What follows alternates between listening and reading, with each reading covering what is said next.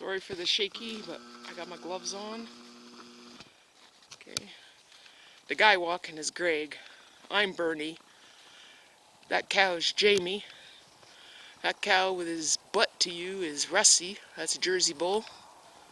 She's a Jersey. Let me see this. She's a Jersey who's decided she no longer wishes to be a milk cow, so she is a retired, pampered ex-milk cow. Let's see. That tan one's a Charlet, that's Max. He's the biggest, but he's the biggest baby. He was frozen to the ground 2 years ago when we got him. His mama died and we got a call about actually it was a text at 9:30 at night asking if we wanted a calf, and of course we said yes. There's one calf missing, or actually no, he's not a calf anymore. There's a bull missing. I don't know where he's at. He's just tiny.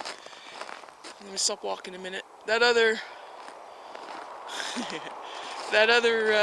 little bull, we had him last year in the porch. We'd bring him out in days like this when it was nice out. Put him back in the porch at night because he almost died from pneumonia. But anyway, we're not out here about cows, but oh yeah, here look. We're gonna do a rooster thing. God, rooster, we love you. So let me just zoom out. This is where we live. Okay. I can't even see, so excuse a crappy video.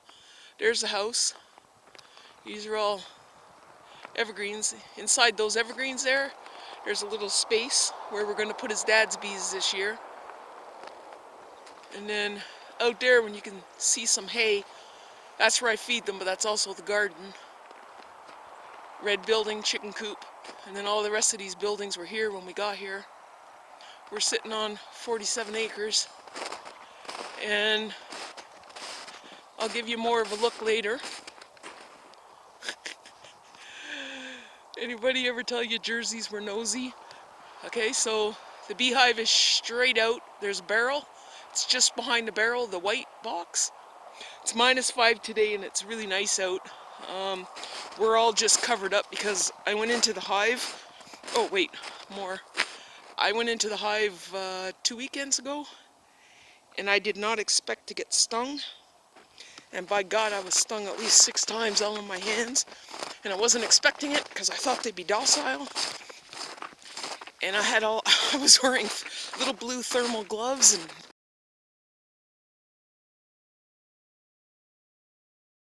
all the bees got stuck to my gloves and they were stinging me. Oh my God, it was a nightmare. So I went out yesterday to see if they're still alive and I knocked on the hive because I listened and I didn't hear anything. So I knocked on the hive and a bee came out the top. And seriously, man, I took off running. I just took off running because I did not want to get stung again. So I'm just going to walk now. Oh, that's my telescope, 16-inch Orion Dobsonian. Hey, Jamie.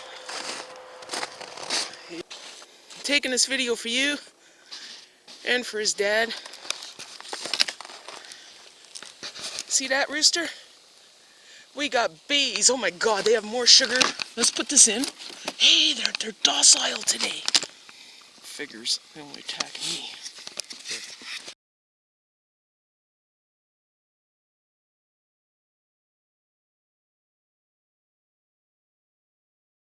But they're doing good. Oh my God, I love them. Awesome. Oh wait, pull it forward a bit. Wait, what's this? What's this? Wait, oh, it's a bee. Okay. Ah! Fuck, I am not getting stung today, man. Leave me alone. Ah, get away from me. I swear to God, if they get in my hood. No, not my legs. Don't bite me. Not this one. Says, oh, it's you again. I'm going to kill you. See? Aw. You know what? If you put him back in the hive, 10 more are going to escape. Don't just sting him.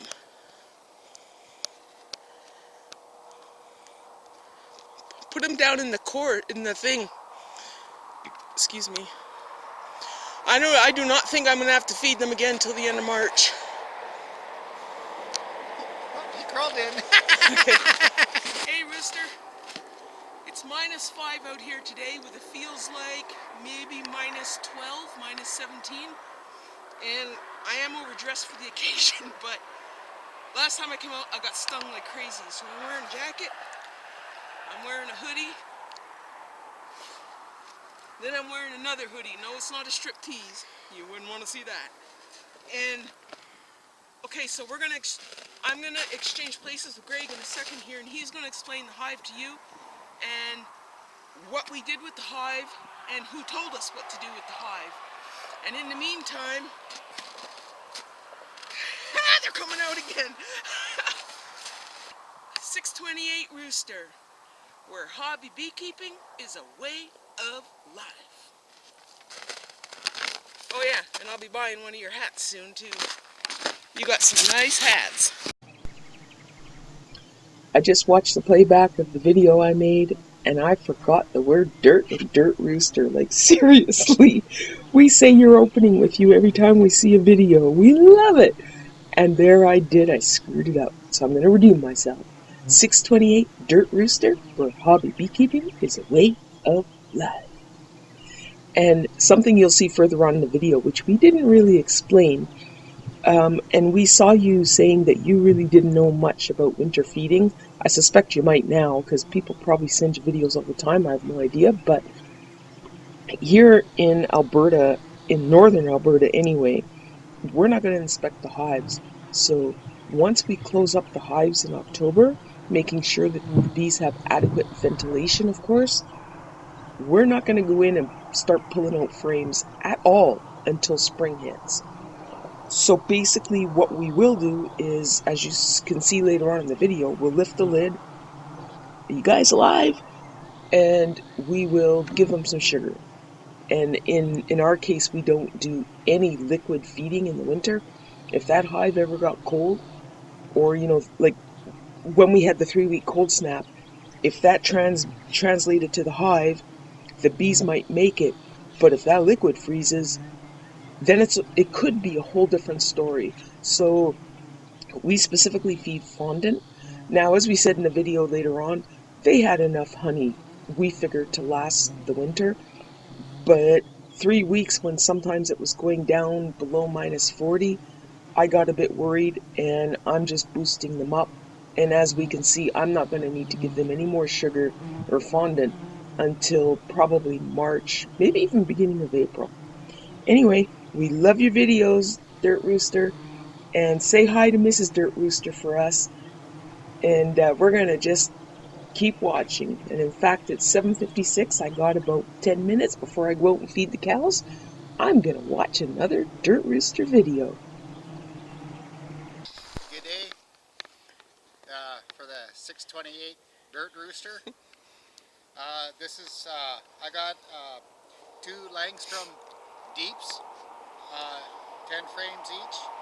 I built this to keep them, because we get temperatures down to -30, this year we had temperatures down to -40 with the wind chill.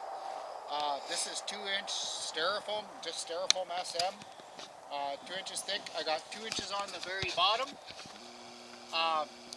I don't have my bottom board because the bottom hive, it's already built higher, so I don't need one.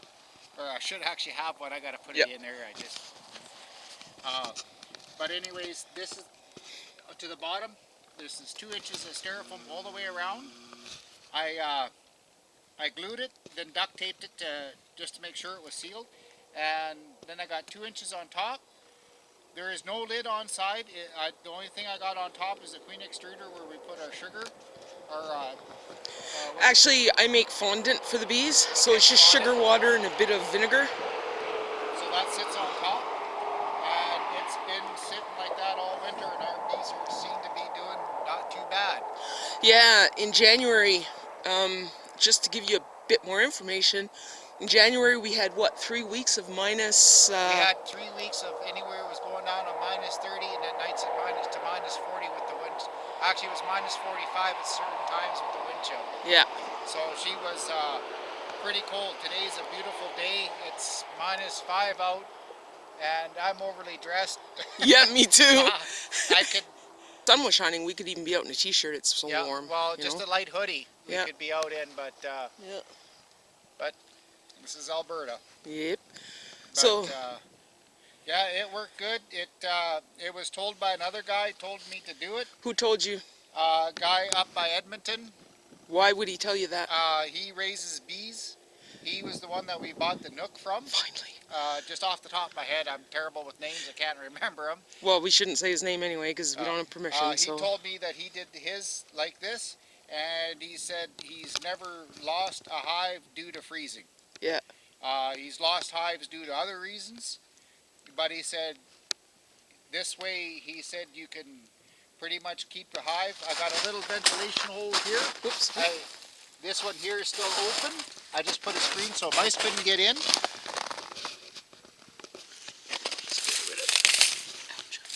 So there's that hole. So with the there's screen. their vent, and this is their top vent hole. They can come in and out of there as they please. Where is it? I can't see. Oh, there it is. There's And, the top vent hole. and I just shaved the top so it's wait, this he's would still stay talking. nice and tight, and it seemed to be working pretty good. I'm quite impressed with it. This part here, it just slides down over the top of the hive. Yeah, so in spring we'll take it off the hive. Yeah, And I'm going to leave the 2-inch styrofoam underneath, just so I don't have to muck with the hive in fall. I can just put the sides back on, but it works really good. I used a sheet and a half to build all this, so it went pretty good. how thick is it? It's 2 inches. 2 inches. Yeah, so I used a sheet and a half of styrofoam mess out. That's the 2 by 8 foot sheets. Yeah. And I use about a sheet and a half. Yeah. So then in spring, I built this table too, so there's supposed to be another hive. When we split this hive, it's going to go, the split's going to go onto this side. So this was just so we could have a workbench and everything right off the hive. So if we're doing honey, there's supposed to be hooks coming out here so I can set my frames on when I'm working. That haven't got done to it yet. But yeah, it's meant to have 2 hives on either side. I have an idea of putting another hive in the back. The one thing I'd like to actually ask you, how close can you actually have your hives, or is there a certain distance you can have them apart after you split them? Because I'm thinking of putting another couple of hives in here. Here. So I'd like to, if you could answer that for me, that would be greatly appreciated. If there's a distance between hives, a minimum distance. If you're busy, we can look it up on the internet. But we're going to do some chainsawing in here to make more room for more hives. We're going to split this in the spring and then put in some more hives. Okay, sorry, interrupted you. Okay, I hope you enjoyed this video because I sure enjoyed watching yours. We do. And so you're deep down south, and we're way up north. Yeah, yeah. I'm going to pick this video up later. Just give me one sec, Greg. And I'm going to just maybe take a drive down our dirt road here and show you some of the Queensland. I don't know if I explained that properly, but the Queensland, you can't build on it. Nobody plows it. It's all just pasture land. So this is going to be pure wildflower honey. Well, Queensland, you can't spray it. You Well, can't do nothing technically. with it, so it's virgin land. Alright, so we're just going to walk back here. We watched your video last night, by the way. One was a few years old, and you said, I know some of y'all thinking something's changed as you were stroking your goatee. You probably think I lost weight, you said. No, it ain't that. And we had to rewind the video. We were laughing so hard. Hey, Rooster again. Just some outtakes now, I guess, or whatever. So, this hedge right here goes all the way down there. That's going to be a little store where we plan to sell comb honey and honey. Maybe have a little commercial kitchen too. Sell some stuff. I can cook. So that hedge, they're Carriganas, by the way. And this hedge here, this kind of frames our driveway. But depending on the weather, I can't see a thing, so I hope this turns out. depending on the weather, this will start to bloom in March or April. And man, we got the bees last year. We should have gotten 2 nooks, but we didn't. I know everybody else calls them something else. I just call them a nook. Pronunciation, you know. And so we only got the 1 hive. But anyway, this was blooming because we didn't get the hive till the end of May. And oh my God, every time you walk by these hedges, all you could hear was bees. It was amazing. Just a beautiful sound. Woo! There's Greg again. Anyway, further to the bee box, what we do is we have the brood and stuff down below, and then all their honey stores and what have you is up on the next box. And we took no honey last year. Zip, nada, none. We scraped off some when, you know, cleaning up messes and stuff, and we tasted it. Oh my Lord, it's so floral, it's unbelievable. But we left the bees all that honey, and then you can say to yourself, what the heck you doing feeding them? Well, there have been beekeepers in Alberta that have lost bees this year. Even the guy we got our nook from has lost bees, and, well, geez. And so you're lucky because I don't often get on camera, but anyway. So I just got a bit worried about the bees, and so I've been feeding them, and I won't have to feed them again actually probably till spring, but I'll be checking on them. A lot of people have lost hives, and I don't want to lose this hive because I want to split them. I got plans for these bees. Anyway, we're going to go for a drive in the car just down the road, 2 minutes, and we'll see you back then. So on the road we go. Don't mind the cracked windshield. We're in the oil country here, and the big trucks going down the highway. You repair your windshield, next day you got a crack in it already. Gets a bit annoying. So anyway, this is all just pasture land. So, oh, I don't know, crown land, May, June, it'll be full of cows. Not our cows, somebody else's cows. So this is our farm road. Oh, I think Willie or Marion's coming, I'm not sure. So like I said before, we have one other neighbor up the hill, and everything you see on that side is crown land, and it's just cows, so no spraying, nothing. This is our land, and usually, oh, you can see all the tracks there. We don't let the cows in here in the winter, so all the tracks, if you could even see them, that's all moose and deer, baby. That's all moose and deer. And we've got also wolves and coyotes. And there are big cats out here, but we don't really see them much. Oops, I guess we should put on our seatbelt, but we're not gonna do that. So there's water up here, and lots of native flowers. Like, we didn't even realize how many flowers there were until we went looking last year after the bees arrived. So this here, this is a fence line. This is the end of our property right here. That's our fence line. This here is all crown land, and this is just pasture land as well. And this has got cows in it. And I'm showing you this just to give you, like, you always show people the layout, and we really enjoy that. Well, we enjoy all your videos, but we really enjoy seeing the layout. Sorry for the binging. Because it really shows us where these bees are living and what their habitat is. So this is all cow land again. All of this land here, there's nothing here but cows. And the cows only come May, June, depending on the weather. So it's just full of deer and wildlife and, you know, moose and geese and all that kind of crap. Well, it's not crap, but, you know. The water in this area, this is like the Ribstone Creek. It has a high salt content. When it dries, it has like almost like a lot of alkaline in it.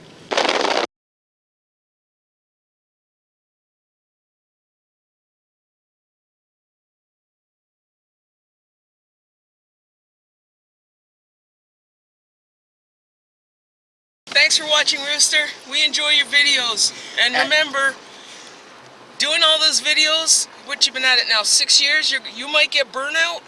So if you are going to get burnout, just take it easy, man. Your fans will always stay your fans, but you don't need any burnout, so take care. And we love ya. And beekeeping is a way of life. You betcha.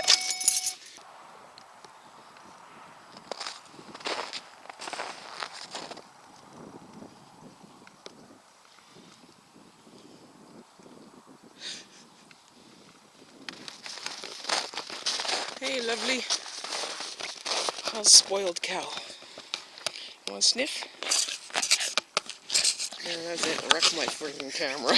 She'll eat it. Can you record it? You can't eat my camera, Mama.